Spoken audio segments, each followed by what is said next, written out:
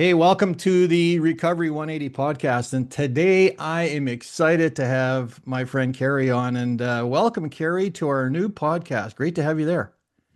Thanks, Glenn. This is so fun. This is my very first podcast. Whoa. Well, hopefully we can make you famous, and this is going to just make our podcast take off. Wow. Okay. So I Would want be to keep it really laid back, and I really want people to hang around towards the end because I'm gonna make them stay to find out exactly what you're doing at the end. So I want to that's that little morsel, that little candy there to get them to stay uh, around and listen till the end because you're doing some really great things right now. But I want to start off just asking you about your background, kind of where you grew up, family wise, whatever, and just take it away. yeah, well, I'm a White Rock kid. Born fourth generation, born in Canada. Oh, okay. And yeah, grew up in a pretty middle class home. Parents were married, attended the same elementary school, same high school, Mm, was expected to get a job as soon as I had a social insurance number, and I right. did that. It was a pretty typical family in the 70s and 80s. Hmm. And yeah, I have mostly good memories. And so your family they were working class then, so that was expected Yeah. of you then to get a job and sort of follow, Yeah. or did they expect you to go to university or anything like that, or just go out and get a job and make something of yourself?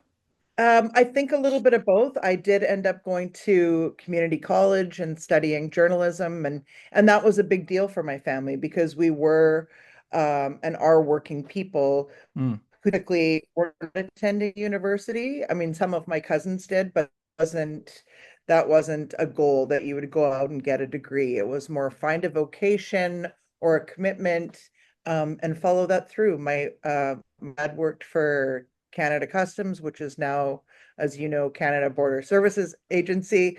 He did his, pretty much his entire working career there. And my mom worked at a grocery store, and these are people who did not call in sick. mm-hmm. Uh, Yep, and that was yeah, that generation. yes, absolutely. And so my sister and I were latchkey kids. We literally had a key that my dad hung under the outside stairs, and we would come home from school and let ourselves in. And there may be a note from mom asking us Mm, what to prepare, what to clean up, and if there was anything we could start for dinner. And then we all ate dinner together as a family. okay, so that independence of being a latchkey kid, was that good for you, or did it create independence, or do you think that it gave you just a little too much freedom? Uh, Oh, good question. I'm not sure that it gave us much freedom. We had a sense of responsibility Mm, at home, but I did grow up with this longing for my parents to be more involved in my life. right, right. So, not that I was ignored, but there was just this sense of, wanting my mom around, wanting her to be at PTA meetings, and, take my dad to be at the local sports day. But that's not things that they were able to participate in. Mm. So you wanted more. So do you think Hmm. that had an effect on you at all while you're growing up, sort of missing that little piece of your life?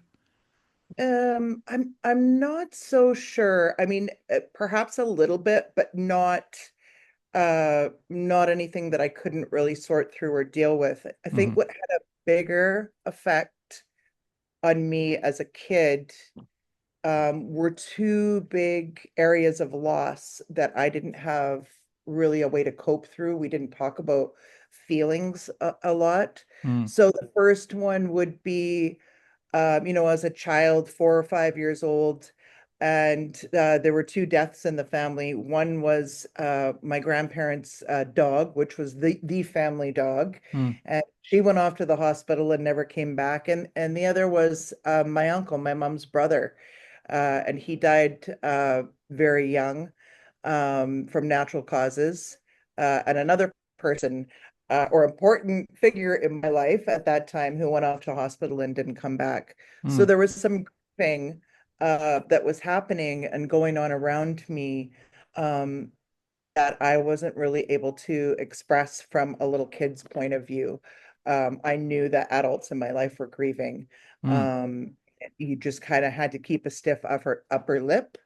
So I think that may be an area of awareness that I had where I wanted to make sure everybody in my life was okay, right. instead of maybe sorting through the stuff that I was going through. And the other big one, which was a lot more dramatic actually, was 13, the summer before grade 8. So it was around 1983, 84. And I had an excellent friend group. There were five of us, and we were held up by, the elementary school as this prime example of friendship and how good we were. Mm, mhm, And something happened that summer where the group kind of split up. One of the girls went off to a private school, and the other three decided that they didn't want to be my friend anymore. mm, So as I like to say now, got royally dumped that summer and literally found myself from having this wonderful kind of robust social life as a kid to having nobody. mm. And that night before going into grade 8, going, I don't have anybody to phone. Yeah, I'm yeah. terrified to go there. They hate me. And now I'm awkward. I have acne. I have no friends. Mhm, And there was just a horrible feeling. And I remember really like just bawling my eyes out the night before. And my mom just saying, hey, you gotta go, you gotta deal with this. Like you gotta go, you'll meet other friends, get over it. mhm, Um, and I don't blame her for that. But that's kind of what I had to walk into. And so from that moment, I think I chose acceptance over authenticity. mm, I was going to go to school, and no matter what, I had to be accepted. So I would say that event probably was more triggering to later addiction. mm. So that was a big, so you went from being on a pedestal almost as Yeah. that group that was an example at school to all of a sudden going back to school and the pedestal and the people that you were on the pedestal with were all gone and Yeah. you had to start all over. So what did you see yourself doing then to fit in? You know what, Glenn? I'm just going to add, just to make this more of a country song, my dog actually ran away that summer too. That's what I recall. So it was, yeah, it was terrible. Um, so what I did to fit in grade 8, I actually had started to make friends with some pretty great kids, some pretty artistic kids, kind of on the nerdier side. I'd love to know where they all are now. They were great. Um, and then I remember probably grade 9 or 10, so still pretty young, going to a beach party, a high school beach party in White Rock, Mm, and there being alcohol. And so just that whole idea of drinking together and these youth running around getting drunk, um, that was utterly delightful to me. Because it made me feel like I was part of something. mhm. Like I really felt like, okay, now I'm part of this group. This is what we do. This is how we roll, we party. Um, and then we Had all you have, had you been exposed to alcohol at home before, or was this all yes. brand new to you? So my parents drank. They had a liquor cabinet at home. They weren't Hmm. big drinkers. Yeah, yeah, But it was something that was around. It wasn't like, wow, I've never seen this before. right. Um, but I was not allowed to drink. Hmm. That was not something that was okay. So that was all done in secret, which kind of, in some ways, makes you feel like you're even more part of something. Like you have this thing that you do with this group of people, that kind of binds you all together. Right. Uh, yeah. So And that would have been the beginning of the alcohol and what was to come was the beach yeah. parties then. Yeah. And so what direction did that go from there? I mean, I just kind of was one of the partier kids. In the 80s, I graduated in 1989, then went off to college in Vancouver at Langara, and met there. Really, I mean, my choice of vocation, journalism, couldn't have been more wrong for a girl with, a drinking and later problem Mm, because at that time in journalism, and I'm not painting everybody with this brush, but I ended up getting a job quite young as a copy runner, which is an old-fashioned term for someone who runs around the newsroom with pieces of paper. They probably don't have them anymore. Um, but I was making pretty good money and hanging out now with this whole, Vancouver Sun and Province group. mm, We had our own bar across the street called the Press Club. mm, And again, there I found um, this sense of acceptance. Like I was part of this cool group and we talked about current affairs and it was fun and um, it was highly social. And yeah, I really plugged in there. mm, And again, choosing that acceptance over authenticity. Because this whole time, I'd never really investigate who am I? Who is mhm, Keri? What do I value? I mean, other than what I was raised to, like you got to pay your taxes and go to work, I didn't really understand my own values and who I was. mm. So it sounds like this group now that you're involved in this meeting at the press club, that group is almost like a parallel to what you had in junior high school. That was Yeah, kind of the except replacement. That was the replacement, except now they're adults, right? That you're yeah, dealing with. and Yeah. that made me feel like as a youngest kid, I felt so grown up being Mm, with this group of people and talking about, current events and politics and um yeah, it was a time. I mean, there's part of it that I miss. mhm, What I don't miss is knowing that I was heading into a deep spiral of addiction. mm. Uh, So yeah. how did that part get rolling out? I mean, sooner I went out with a guy who was a really fantastic journalist, really top of his class. He also liked to party. Was with him for 4 years. Um, during the course of that time, and not really because of him, but just people that were in our periphery, Hmm. uh, I think I used cocaine for the first time at um, 22 years old and mixed with alcohol, I instantly felt funnier, prettier, smarter, Mm, cooler. Like hmm. it was the whole 9 yards. Mm, Um, and so that was the beginning of that addiction. And when that guy and I broke up, he's off living a life now somewhere doing well. hmm. Um, I ended up um eventually in a relationship with somebody else, and that's where I made the decision to continue using cocaine, but also to try heroin. Mm. Um, and so yeah, that was probably at about, I'm gonna say 26 years old. So Uh, why did you feel that you needed to try heroin? Was cocaine not doing it for you or? no, it wasn't even that. I think there was some part of me, it seemed like the worst thing I could possibly do. Hmm. Also kind of the most dangerous. And there was something about the danger of it that was enticing to me. And I remember saying this to the guy that I was dating, like, hey, we should do this because I knew he had already done it. I knew that was Mm, part of substances he had used. And I remember right. him telling me, I don't think you want to do that. And I said, yeah, I do. I want to try it. Mm, And it instantly, upon doing it, it felt like a bonding moment between me and him.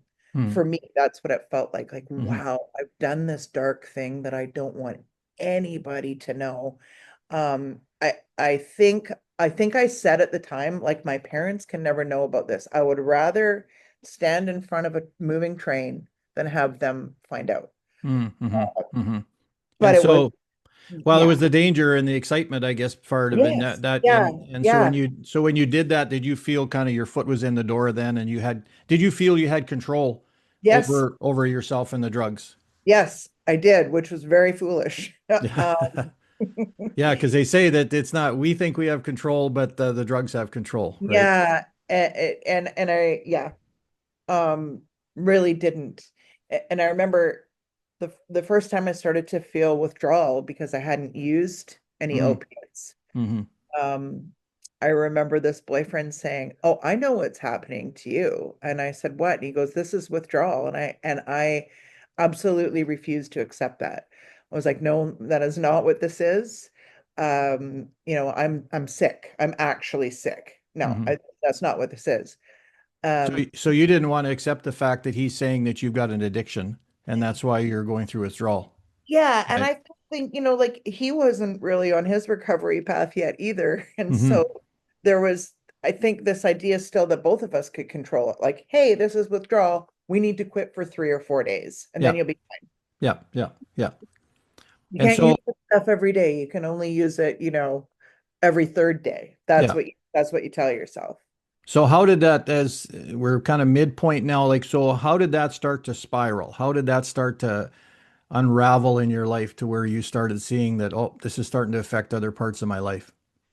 Well, it didn't take too long. It was in less than a year, probably Mm, 9 or 10 months. mm, I'm still working at a daily newspaper, and now I'm addicted.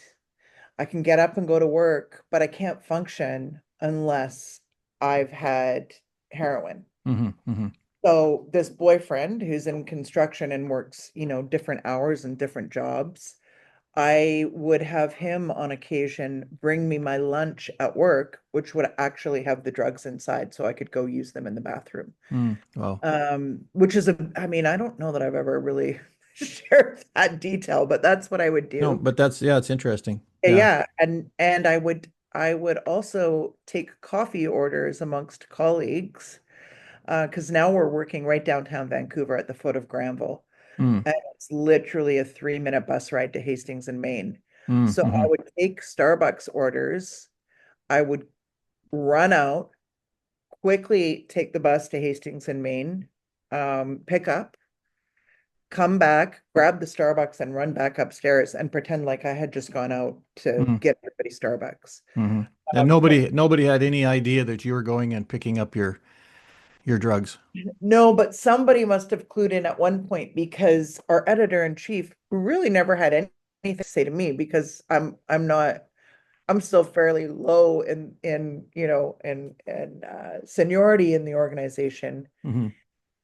He once called me into his office, and this is shortly before I actually quit my job, took a buyout, which was a bad idea. And he asked me, "Are you spiritually okay?" And this was his gentle way of asking me, like, "Are you on drugs?" Because they did know. Mm, They did mm, something was wrong. And I just said, "Yes, of course." And I thought it was an interesting question. He wasn't a man of faith as far as I knew, but the question has always stuck with me. mm, mhm. Glenn, after that, things just completely fell apart, and there's so much to the story, but I don't want to sit on it too much. But needless to say, I did end up going to a treatment center. Mm, mhm. Um, very expensive, uh, lovely time. I'd love to go back. I think everybody should try treatment at some Yeah. point. Just go work on yourself. Yeah, yeah. But I wasn't ready, and again, I still thought that I could. The whole time I was in this 6-week private treatment center, I think I was thinking, oh, I get it now. Now I know how to use. Now I know what not to do. Mm, mhm. So my sobriety lasted maybe a month after I got out. So you Uh, thought you could manage it, that you had mhm. learned how to manage it and be sensible, but still use drugs. Okay. Yes. Yeah. And how did that work out?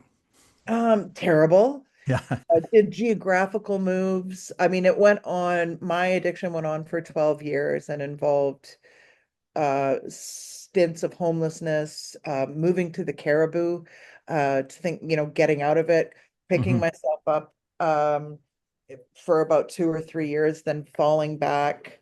Um, I got on methadone, quit using heroin, got on methadone, that for 12 years. As a result of that, my focus could now be completely on cocaine. Mm-hmm. The whole while I was using methadone, the cocaine use was going off the charts. Oh, well. And I think, one of the last big things to happen to me was, dark things. Um, 2010, May of 2010, um, getting arrested in the downtown east side for selling crack to an undercover VPD. Mm-hmm. That'll do it. That'll do it. Yeah, so that was a big deal. Wasn't enough to make me quit, but it was a real slam where it's like, hey, I could be going to jail for this. Mm-hmm. Mm-hmm. Um, Somewhere about 6 months after that incident, completely undeserved, uh, and homeless, a friend took me in. She invited me to stay in her apartment for a couple days, because she was clean now, Mm-hmm. former addict who was clean, and she remembered me from the downtown east side and thought, you know what, I'm just going to give her a place to stay. And that was the first step in changing my life. Mm. And so, is that the person that brought you into kind of a new world, Yeah, and if we could I, say it I that? think we both know her. I will name Yeah. her Leona. Um, Yeah. Leona. Yeah. yeah, and Leona has such a gift for loving people who are completely a mess Mm-hmm. and broken and hurting. And she'll say, I saw something in you. I knew you had parents that you loved. I knew Mm-hmm. they loved you. By the way, they can no longer help me. And so in order, she pleaded with me to attend a place called Recovery Church Mm-hmm. with her. And I really didn't want to go to church. I tried to get out of it, and she looked very disappointed, like sad, like gutted. And I was Yeah. thinking, Yeah. wow, how can she be so invested in me just going to church? Yeah. So I decided to say yes, Mm-hmm. so that she would continue to let me sleep on her couch Right. and feed me and watch TV with me. Um, and so I went, and I mean, I really don't know how to put it, but it instantly changed my life. So something happened there that God got your attention. That was the beginning of sort of your faith walk. Yes, It's all totally. it's almost a reflection back to where your boss said, "Where are you at spiritually?" Yeah. And it Are was you? all that was almost a segue to Hmm. where you're at Recovery Church. Yes. So at this point, I don't believe recovery is possible, Hmm. at least not for me. I have made a decision. This is how I want to live my life. Right. I've told my dad, who really tried hard, um, to help me. He Hmm. he did almost anything he could for me. Yeah. I asked him, please accept this is who I am. I'm an addict. I like to smoke crack. I'll be on methadone for the rest of my life. Hmm. Very heartbreaking for a parent to hear. Um, and then I arrive at Recovery Church, and there's a pastor who's talking about formerly being addicted to heroin and getting set free, because of a relationship with Jesus. Hmm. And normally there's no part of that I would buy. Hmm. There's something in the way that he delivered where there was no agenda at all. Just, hey, I'm telling you the truth. Hmm. And it landed on my heart. And I remember thinking, I gotta, I gotta listen to this guy because I think he's actually telling the truth.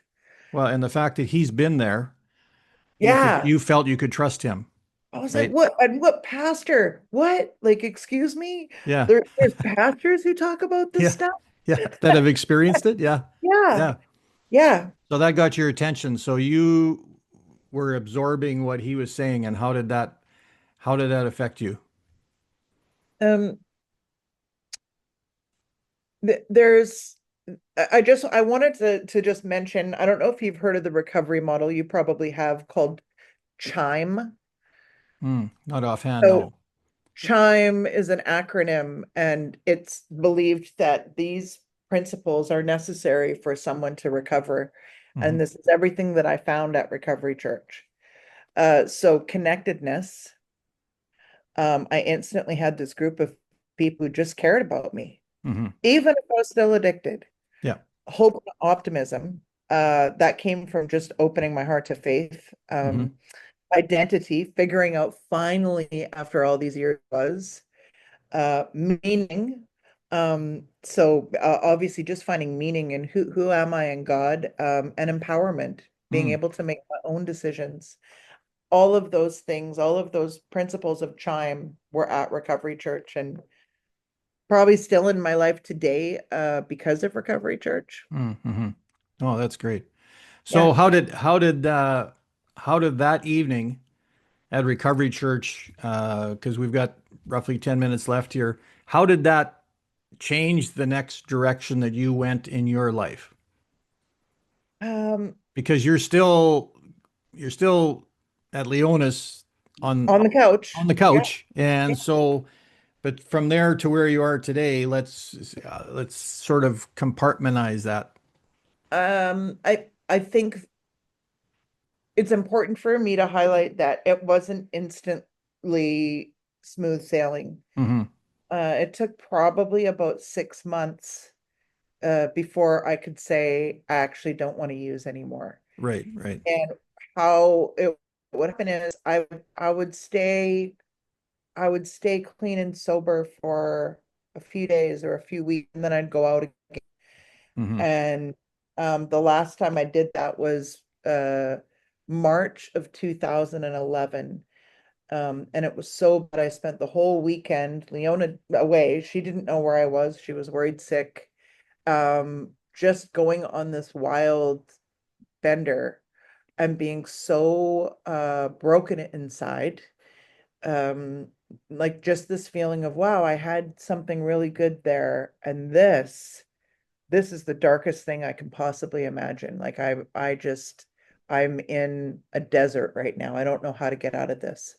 So I phoned somebody from church and asked him if he could pick me up at the Surrey Sky train station, and he Hmm. did. He took me for lunch and said, I think you should go to Recovery Church tonight. Hmm. And I did, and I didn't. And regular Keri would go, forget this. I'm never going back. They never need to know that I didn't make it. I Hmm. failed. But there was something that compelled me to go back, and I asked for prayer and just that connecting with another person and sharing, hey, this is what I did, but I don't want to do it anymore. In this moment of prayer, had an incredibly unexplainable spiritual moment where I felt uplifted, physically uplifted. And what I didn't realize, and I do now, is that was my turning point. That was the moment I said, I'm turning 180. Hmm. Yeah, there you And go. it was an absolute, it's repentance. It's a 180 moment. You're going to go Hmm. that way. And and that was the moment everything fell off, including methadone. Took me a couple of months, but I committed in that moment. I'm Hmm. done. I've been on Hmm. this stuff for 12 years. Um, I thought, wow, I'll keep smoking for a little while. Let's not get crazy here. And then one day I literally was having a cigarette and went, I think this is my last cigarette. And it Yeah. was. It Mm. was Mm. incredibly powerful. Got my own apartment, decided to go back to journalism. And these are all things with a group of people cheering me on, Mm. Hmm. community. Yeah. Uh, and yeah, that's what I did. Uh, When you got married, got found a married, great guy. found a great guy and somebody that I could be honest with. Hmm. He, he knew, but by the time I met Bart, it's 5 years later, he'd heard about me, um, because, he knew some folks at CLA and Hmm. heard about this life that had turned around. But I think for someone, coming in, rightfully so, you might be a little bit timid about who are you going to get. Yeah, exactly. But yeah, we were two kindred spirits and we were able to share some of each other's own junk, Mm-hmm. uh and still love and accept one another. Got married, and the pastor that I first met at Recovery Church, Jason, married us. Oh, So right that's on. very cool. Oh, right on. Um yeah, So and how did you, so you, because we've got just a few minutes left here. So yeah. how did you get involved in giving back to recovery? Because I know that that's a big part of your life is Yeah. So tell us kind of what you're doing now and what it is that Yeah. you see Keri doing I now and think into the future. sure. I mean, one of the principles I learned early on at Recovery Church was serving.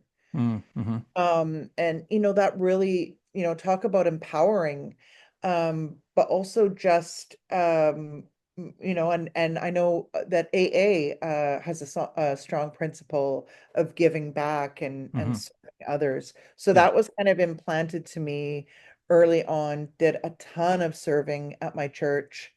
Um, and through serving and uh, my journalism career, I ended up coming out to Wally to this organization called Night Shift, Mm. to write a story about them and to do a one-time serving. Yeah, Yeah. I'll serve one time. They're an outreach organization to people on the street experiencing homelessness and addiction. And I never looked back. I fell in love with the place instantly. Ended up leaving my writing job and coming to work for this Christian charity. I've been here for 8 years. I'm now the executive director, which Mm. is just, I mean, who would ever have Yeah. thought? Yeah. It's a gift, and it's a healing gift to me, because there's always parts inside of us that need a touch, that need healing. And I find that some of the hurts that I still carry around, I meet other people on the street who are hurting, and Mm. there's a connecting point there. Hmm. Um, God's in the midst of that. Whether we believe that or not, he's still there. Yeah. Yeah. And I'm So you're in completely in the water now with Night Shift, and you guys are doing tremendous work in Surrey, Oh, thank you. Langley. Yeah, you guys are doing a lot of work. And so you go from couch surfing, drug addict, to leading an outreach now and touching the lives of people on the street in a mighty way. And I know we're proud to be part of Night Shift. It's a great organization. Yes. So what do you see for yourself moving forward? Oh, I know geez. that's a loaded question. It is a retirement, Glenn. Yeah. But for now, you're really in an exciting place. I am in an exciting place. And um I think we're called, especially in the recovery world, to look for growth and potential and possibility around us. Mm, That's what was done for me so often throughout my life, and even by Marianne, the founder of Night Shift, had done that for me. And I think for me, just to continue to lead an organization that looks people in the eye, sees the best in them, whether they're still using or entering into recovery. hmm. We're here to love unconditionally, to share hope and purpose. And I always think, whether people, recovery looks different for everybody. And there's different degrees of it for people. And I'm willing to embrace whatever steps people take for themselves, to walk alongside them, to coach them into charting their own course. Mm, hmm. Um, and hey, while while you're doing that, Night Shift will be here with a hot meal, clothing, access to counseling and nursing, recovery. It's wonderful. I couldn't ask for anything more for my life. Well, I am excited, and it's great to see the transformation of how God has taken you through life and where you're at right now. And again, we're proud to be volunteers with Night Shift, and the work that you guys are doing is great. So I thank We'd you love to. for taking time out of your busy schedule. I hate for rushing, but that's how these podcasts work. We got a limited amount of time, but thank you very much. We look forward to working with you guys much more, Yes, and thank you, Keri, for taking time to be on thank the you. podcast on the 180 podcast, because we are doing a complete turn, that's for sure. So Yeah, thank you. Have a great day. We'll look forward to maybe interviewing you again down the road. yeah. You're awesome, Glenn. All right. Thank you.